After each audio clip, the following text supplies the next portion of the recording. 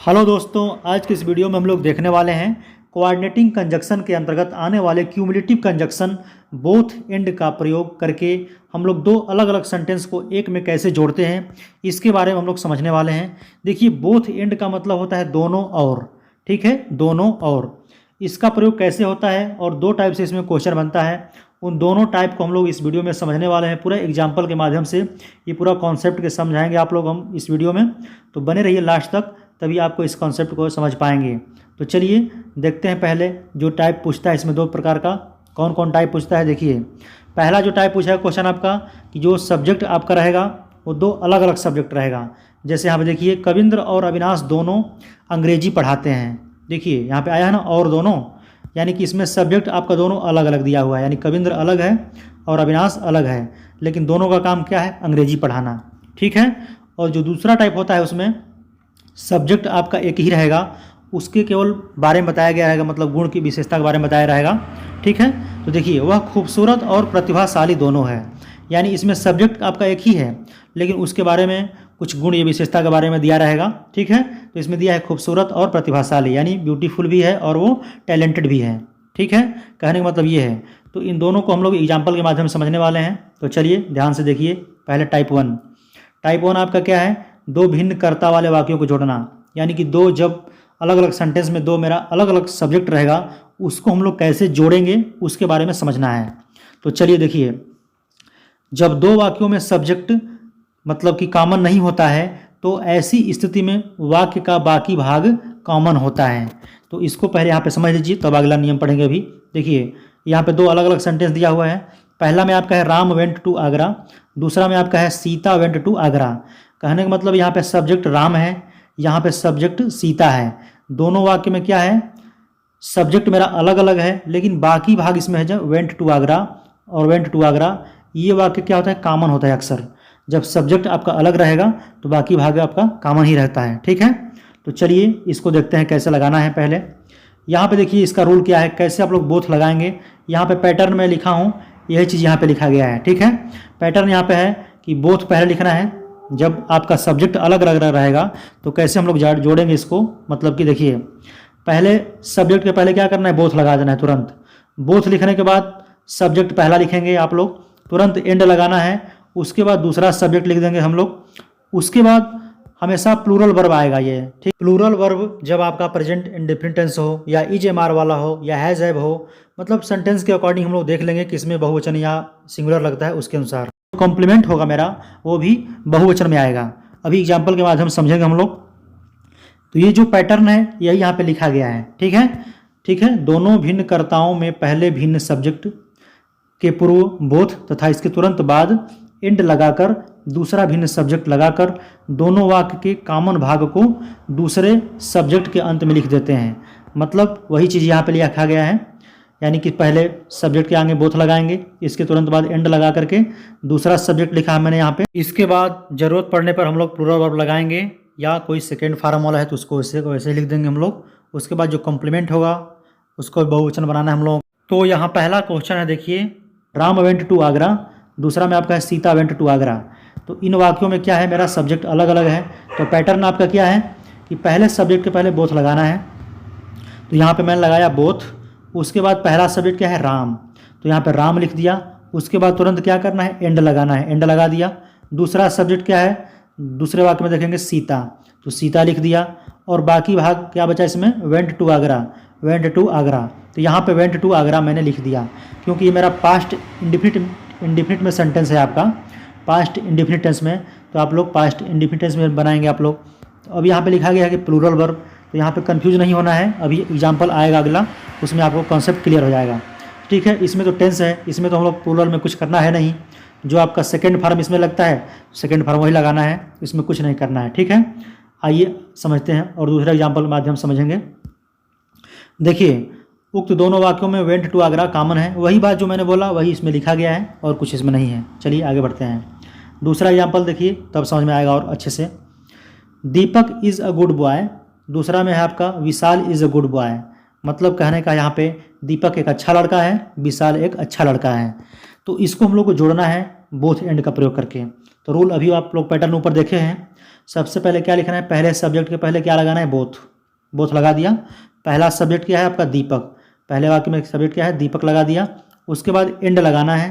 उसके बाद दूसरे वाक्य का सब्जेक्ट क्या है, ये लिखना है, विशाल।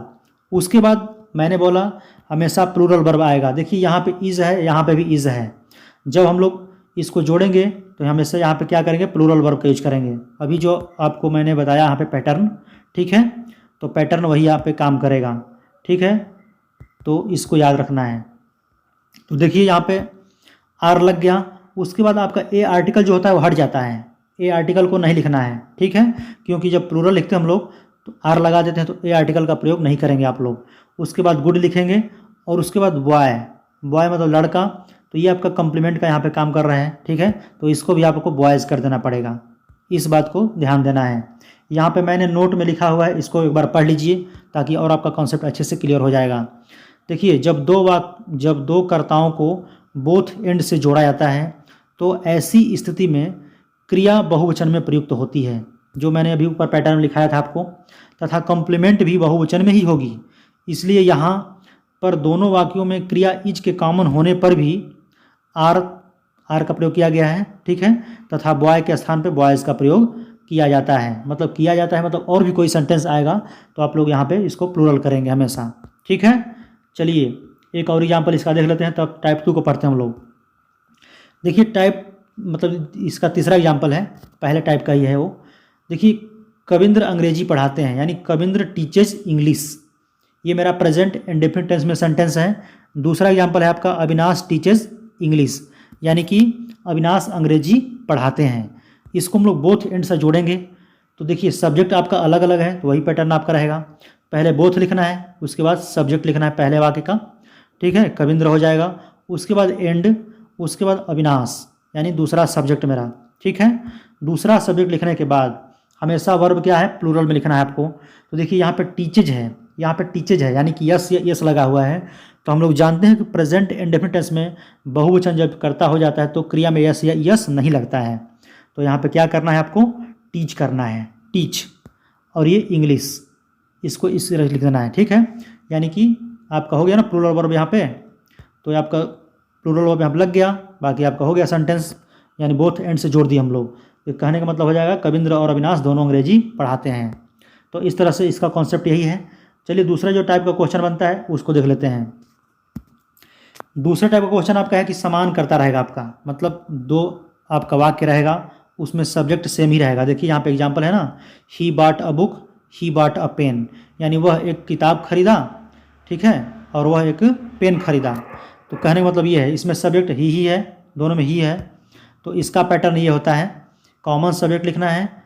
पहले क्या करना है, कॉमन सब्जेक्ट, जो टाइप 1 था मेरा उसमें पहले अलग अलग था उसमें, तो उसमें पहले बोथ लगाते थे, लेकिन इसका पैटर्न चेंज हो जाएगा। यहाँ पे कॉमन सब्जेक्ट पहले लिखना है, उसके बाद बोथ लगाना है, उसके बाद प्रथम भिन्न शब्द क्या है अभी समझेंगे, उसके बाद एंड लगाएंगे, उसके बाद द्वितीय भिन्न शब्द। आइए पहले इसको समझ लेते हैं। देखिए ये जो पैटर्न लिखा गया है इसी को यहाँ पे लिखा गया है, ठीक है।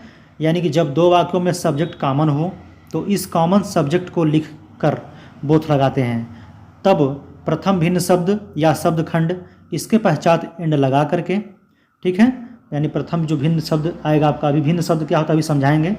उसके बाद एंड लगा करके दूसरे वाक्य के कर्ता को छोड़ते हुए वाक्य भिन्न शब्द या शब्द खंड को रख देंगे। तो देखिए यहाँ पे एग्जाम्पल के माध्यम से समझ लीजिए। He bought a book, he bought a pen, तो इसमें प्रथम भिन्न शब्द क्या है, द्वितीय भिन्न शब्द क्या है। प्रथम भिन्न शब्द ये आपका है बॉट अ, नहीं, देखिए कॉमन सब्जेक्ट पहले आप लोग लिखेंगे। यहाँ पे कॉमन सब्जेक्ट आपका केवल ही है, यहाँ पे तो ही नहीं लिखना है आपको। यदि आपका हेल्पिंग वर्ब है कॉमन में उसको भी लेना है, या कोई मेन वर्ब है कॉमन में है उसको भी लेना है, ठीक है। कॉमन सब्जेक्ट का मतलब ये होता है जितना आपको यहाँ पे कॉमन दिखेगा उसको आपको उतना ले लेना है, ठीक है। तो उसको ले लीजिए आराम से, मतलब कि आर्टिकल को नहीं लेना है, केवल वर्ब आपका रहेगा, हेल्पिंग वर्ब रहेगा या मेन वर्ब रहेगा, उसको कॉमन लेना है, ठीक है। तो चलिए इसको समझते हैं पहले। देखिए तो हमने पहले लिखा ही और बाट, यानी कि दोनों में क्या है, ही बाट कॉमन है, यानी कि यदि आपका हेल्पिंग वर्ब रहेगा या मेन वर्ब रहेगा उसको भी आप कॉमन मिलता है तो उसको ले लेना है, ठीक है। तो ही बाट लगा देना है, उसके बाद बोथ लगाना है, बोथ लगा दिए। अब यहाँ पे प्रथम भिन्न शब्द, प्रथम भिन्न शब्द मतलब प्रथम वाक्य में जो आपका ए बुक है ये प्रथम भिन्न शब्द या प्रथम भिन्न खंड इसको बोलते हैं। और दूसरे में आपका है ए पेन, ये इसको बोलते हैं हम लोग द्वितीय भिन्न शब्द या द्वितीय भिन्न खंड। ठीक है, तो आपको इस तरह से रख देना है बस। He bought both a book, he bought both लगाएंगे, उसके बाद a book and a pen, इस तरह से आप लोग इसको रख देंगे तो आपका सेंटेंस बन जाएगा। दूसरा एग्जाम्पल देखते हैं। और देखिए वो जो अभी बताया वही मैंने यहाँ पे लिखा हूँ और समझ सकते हैं इसको पढ़ करके। यदि आपको दिक्कत होता है तो, नहीं दिक्कत होता है तो ठीक है। चलिए, यानी कि वही आपका है कि ए बुक प्रथम भिन्न शब्द में आपका है और इसके पूर्व बोथ लगाया है, इसके पश्चात एंड लगा करके और दूसरे जो वाक्य करता है उसको ही को छोड़ करके ए पेन रख देते हैं। मतलब कि यहाँ पे जो लगाया गया है ना बोथ ए, उसके बाद सब्जेक्ट जब आपका एक ही रहता है तो दो बार उसको सब्जेक्ट को नहीं लिखने की ज़रूरत है, एक ही बार सब्जेक्ट लिखा जाता है। ठीक है, चलिए दूसरा एग्जाम्पल देखते हैं। She is beautiful, she is talented, वह सुंदर है, वह प्रतिभाशाली है। यानी उसी के बारे में एक ही व्यक्ति कोई है उसके बारे में बताया गया है। ठीक है, तो देखिए सी लगाएंगे हम लोग यहाँ पे, सी कोई स्त्रीलिंग है यहाँ पे। सी इज़, देखिए सी इज इसमें कॉमन है और सी इज इसमें कॉमन है।